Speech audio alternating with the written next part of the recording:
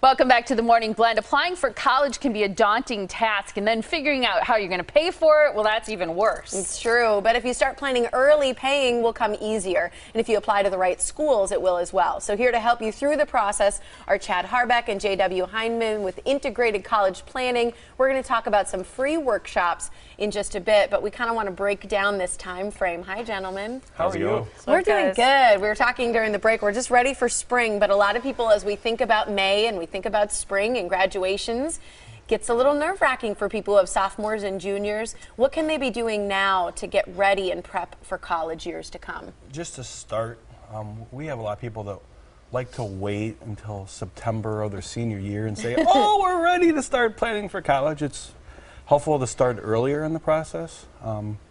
Gives yourself time, not rushed, not panicked. And what are some of the first things that you should be doing? Are you talking about even as early as maybe having a freshman or a sophomore? Sophomores typically, freshmen, they just kind of get their legs under their feet for the freshman year, and the sophomores, and then the idea of college starts coming up.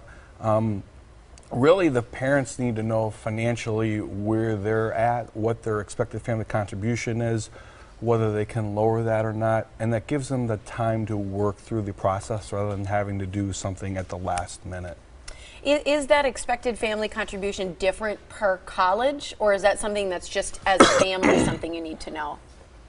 It's a family contribution, so whether you regardless of what college that you go to, that's what your expected family contribution is as a starting point. And then you got to figure out which colleges have historically given out financial aid and to figure out what your out-of-pocket costs will be at that college. Is financial aid different than, say, a scholarship? Is it different than a grant? What is financial aid? I'd say typically when you start talking about financial aid, you're talking about applying to the different colleges, and they're going to give you a number of different types of financial aid. Grants, typically you're going to be talking about some loans, but most of the stuff that we talk about is the free money from the private colleges. So when you start talking about that, that's going to be more on the grant side, or potentially even work study, getting a job in college, which is typically advantageous for a child because they're going to be working at a school and they don't necessarily have to worry about working during like finals week.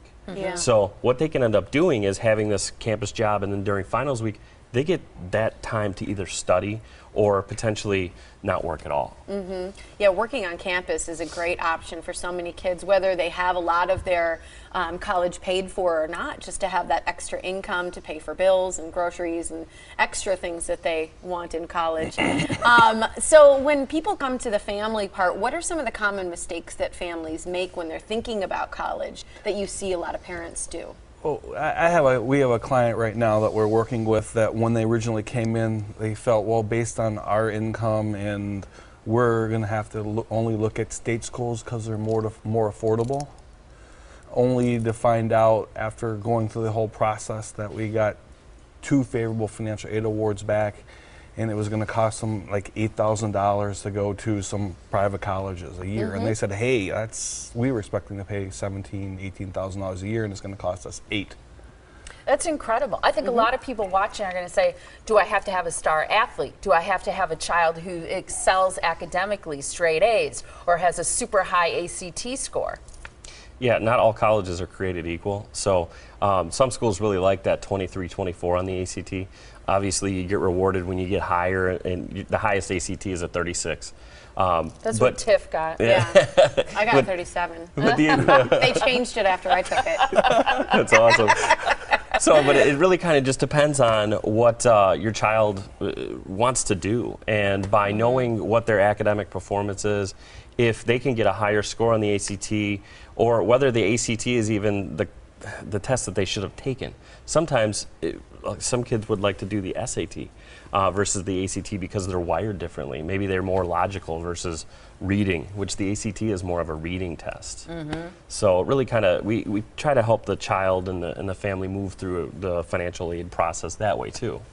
I think it's great. You go over this stuff and so much more at your workshop. So I want to make sure that we give the information so people can come out and meet with both of you, talk about what their expected family contribution is, which is something you'll learn, as well as kind of break down some of these common mistakes or ideas that you might have about where to go. The free workshops are from 6:30 to 7:45, Tuesday, April 8th. It's in West Bend and Lake Geneva, and then Thursday, April 10th, right in Whitefish Bay. To register, what you need to do, go to the website integratedcollegeplanning.com. Here's the information for Integrated College Planning, so you can call to make an appointment, 262-574-9242, and they're located right here in Pewaukee. Thanks for being here, guys. Thank you. Thanks, Nice ladies. to see Yep. you guys.